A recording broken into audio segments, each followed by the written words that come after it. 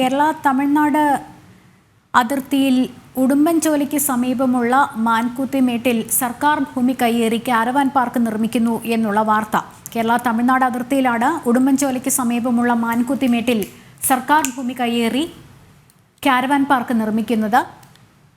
സർക്കാർ ഭൂമിയിലെ കയ്യേറ്റം ഒഴിപ്പിക്കാൻ 1 മാസം മുൻപ് സർക്കാർ ഉത്തരവിട്ടിട്ട് നടപടിയൊന്നും ഉണ്ടാകാത്ത സാഹചര്യവും. ജിജീഷ് തുടരുന്നുണ്ട് വിവരങ്ങൾ നൽകാൻ. ജിജീഷ്, ഇതുമായി ബന്ധപ്പെട്ട വിവരങ്ങൾ എന്താണ്?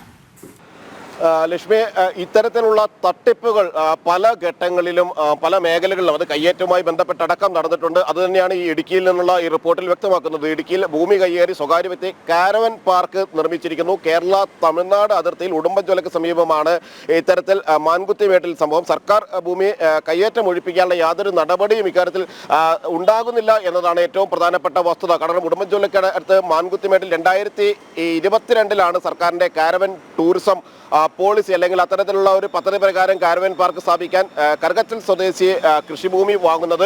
ഈ കൃഷിഭൂമി വാങ്ങിയതിനു ശേഷം 64-ൽ പതിവ് ഭൂമി ചട്ടപ്രകാരം പതിച്ചു നൽകിയതാണ് ഈ സ്ഥലം. അതായത് ഭൂമി നിയമങ്ങൾ പ്രകാരം ഇക്കാര്യങ്ങൾ ഭൂമി പതിച്ചു നൽകിയതാണ്. അവിടെ നടത്തേണ്ട കാര്യങ്ങളിലുമായി ബന്ധപ്പെട്ട് അല്ലെങ്കിൽ ഇതുമായി ബന്ധപ്പെട്ട് കൃത്യമായ വ്യവസ്ഥകളോടെയാണ് ഈ ഭൂമി നൽകിയിരിക്കുന്നത്. എന്നാൽ ഇവിടെ വാണിജ്യ ആവശ്യങ്ങൾക്കുള്ള നിർമ്മാണങ്ങൾ നടത്താൻ പാടില്ല എന്ന കാര്യം കൃത്യമായി തന്നെ വില്ലേജ് ഓഫീസിൽ നിന്ന് അറിയിച്ചിരുന്നു. അതിന്റെ അടിസ്ഥാനത്തിൽ ഈ വാണിജ്യ ആവശ്യങ്ങൾക്കുള്ള നിർമ്മാണങ്ങൾ നടന്ന ഘട്ടത്തിൽ തന്നെ സ്റ്റോപ്പ് മെമ്മോ നൽകുകയും ചെയ്തു. എന്നാൽ ഇതിന് ശേഷവും ഈ നിർമ്മാണ പ്രവർത്തനങ്ങളുമായി മുന്നോട്ട് പോവുകയായിരുന്നു. ഉടമ ഹൈക്കോടതിയെ സമീപിച്ചിരുന്നു. ഹൈക്കോടതിയെ സമീപിച്ചപ്പോൾ തൽസ്ഥിതി തുടരാനുള്ള ഒരു നിർദ്ദേശമാണ് കോടതിയിൽ നിന്ന് ഉണ്ടായത്.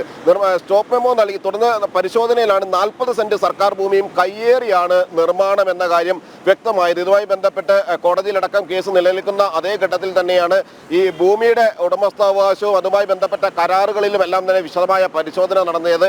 ഈ 40 ഏക്കറിലും കൃത്യമായി തന്നെ കയ്യേറ്റമാണ് നടന്നത് എന്ന് മനസ്സിലാവുന്നത്. 2 ടെന്റുകൾ KSRTC ബസിന്റെ ബോഡിയും സർക്കാർ ഭൂമിയിലാണ് എന്ന് കണ്ടെത്തിയിരിക്കുന്നു. അങ്ങനെ ഇതുമായി ബന്ധപ്പെട്ട് സർക്കാർ ഭൂമി കൈവശപ്പെടുത്താനുള്ള ഒരു നീക്കം, സ്വകാര്യ വ്യക്തിയുടെ ഒരു നീക്കം തന്നെയാണ് ഇതിലൂടെ വ്യക്തമാവുകയും ചെയ്തിരിക്കുന്നത്. കയ്യേറ്റം ഒഴിയണമെന്നാവശ്യപ്പെട്ട് നോട്ടീസ് നൽകി ആഴ്ചകൾ കഴിഞ്ഞിട്ടും ഇക്കാര്യത്തിൽ അത് ഒഴിഞ്ഞുകൊടുക്കാനുള്ള ഒരു ശ്രമവും ഉടമയുടെ ഭാഗത്ത് നിന്ന് ഉണ്ടായിട്ടില്ല. ഇത്തരത്തിൽ തന്നെയാണ് ഈ ഭാഗങ്ങളിലെല്ലാം തന്നെ വലിയ തോതിൽ കയ്യേറ്റങ്ങൾ സമാനമായി വലിയ കമ്പനികളെല്ലാം തന്നെ നടത്തിക്കൊണ്ടിരുന്നത്, സ്ഥാപനങ്ങളെല്ലാം നടത്തിക്കൊണ്ടിരുന്നത്. അതിന് സമാനമായ ഒരു കയ്യേറ്റം സർക്കാർ ഭൂമിയിലുള്ള അനധികൃത നിർമ്മാണങ്ങൾ തന്നെയാണ് ഇവിടെ വ്യക്തമാകുന്നത്. അടുത്ത ദിവസം കയ്യേറ്റം ഒഴിപ്പിക്കാനുള്ള നടപടികൾ സ്വീകരിക്കുമെന്ന കാര്യമാണ് റവന്യൂ വകുപ്പ് അറിയിച്ചിട്ടുള്ളത്. എന്നാൽ പല ഘട്ടങ്ങളിലും റവന്യൂ വകുപ്പിന്റെ മൗനാനുവാദത്തോടെയോ കൃത്യമായ നടപടികൾ എടുക്കാത്തതും തന്നെയാണ് ഇത്തരക്കാർക്ക് ഒരു അനുഗ്രഹമായി മാറുകയും ചെയ്യുന്നത്.